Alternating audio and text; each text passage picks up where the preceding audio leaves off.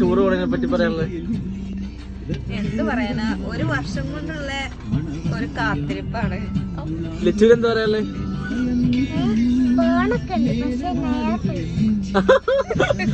ചിപ്പിക്കും vibe.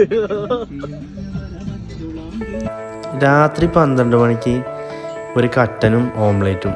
അത് നാടുകാണിന്നാണെങ്കിൽ പിന്നെ പ്രത്യേകം പറയണോ. ഈ ഓംലേറ്റ് ചുരുട്ടി കുത്തിക്കഴിഞ്ഞതാണ് കുട്ടാപ്പി. ഞങ്ങളെല്ലാവരും ടൂർ കൊണ്ടുപോകണതാണ് ഇവൻ്റെ മെയിൻ പണി. ആണ്ട് ഈ ഇരുന്ന് ചിരിക്കണത് ചിപ്പിയും അപ്പുറത്തിരിഞ്ഞ് നനഞ്ഞ കോഴി പോലെ ഇരിക്കുന്നത് ജയമോളും. ചൂട് ആവി പാർന്ന കട്ടനും നല്ല ഊട്ടി എത്തുന്നതിന് മുമ്പ് തന്നെ ഇവിടെ വിറച്ചു തുടങ്ങിയിട്ടുണ്ട് ഓരോരുത്തർക്ക്. രാത്രി റൂം കിട്ടുമെന്ന് അറിയില്ല. വിശന്നിട്ട് രാവിലെ ആയത് പറഞ്ഞില്ല. പിന്നെ വണ്ടി എടുത്തിട്ട് ഇറങ്ങി. ഊട്ടിയിൽ എവിടേക്കോ നല്ല പപ്സ് കിട്ടുന്നതാണ്.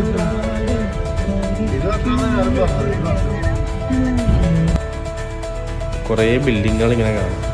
ഇവർ രണ്ടുപേരും മുന്നിൽ നടന്നു, ഞങ്ങൾ ബൈക്കിൽ അവരെ ഫോളോ ചെയ്തു പോയി. ഏതോ ഒരു കടയിൽ കയറിയിട്ട് ഒരു പപ്സ് 4 ആക്കി മുറിച്ച് തന്നിട്ടുണ്ട്.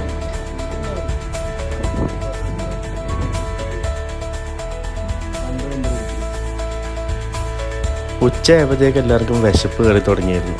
പിന്നെ ഞങ്ങൾ ഊട്ടിയിലെ വൺ ഓഫ് ദ ബെസ്റ്റ് റെസ്റ്റോറൻ്റായ ഷിങ്കോസിൽ കയറി. ചൈനീസ് റെസ്റ്റോറൻ്റാണ്. അവിടുന്ന് ഒരു sweet corn chicken soup order ചെയ്തു. ജയമോൾ അത് ഊതി കുടിക്കുന്നു.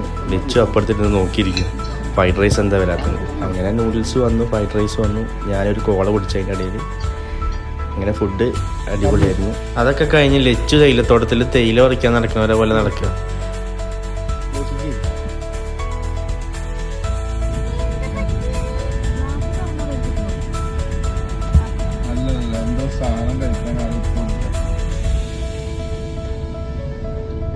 റോഡ് മൊത്തം ബ്ലോക്ക്. വണ്ടി തടഞ്ഞു നിർത്തിയിട്ട് ഗുണ്ടാപ്പിരി വന്നു തോന്നുന്നു. ആണ്ട കിടക്കണ് ഞങ്ങളെ വണ്ടിയും തടഞ്ഞു. ഇവരെ ആരോ ബന്ധക്കാരെ മിസ്സായ പോലെ ഇവരെ ഇരിപ്പുണ്ട്. ഓൺ അടിക്കുന്നതിനനുസരിച്ച് ഇവർ നമ്മളെ വണ്ടിയുടെ അടുത്തോട്ട് വരും.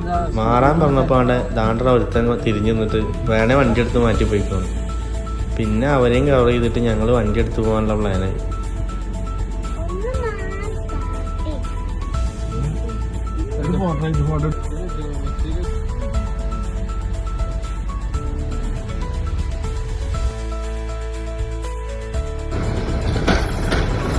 ഈ ട്രെയിൻ ഇപ്പോൾ ഊട്ടിയിൽ മാത്രമേ കാണാൻ പറ്റുള്ളൂ.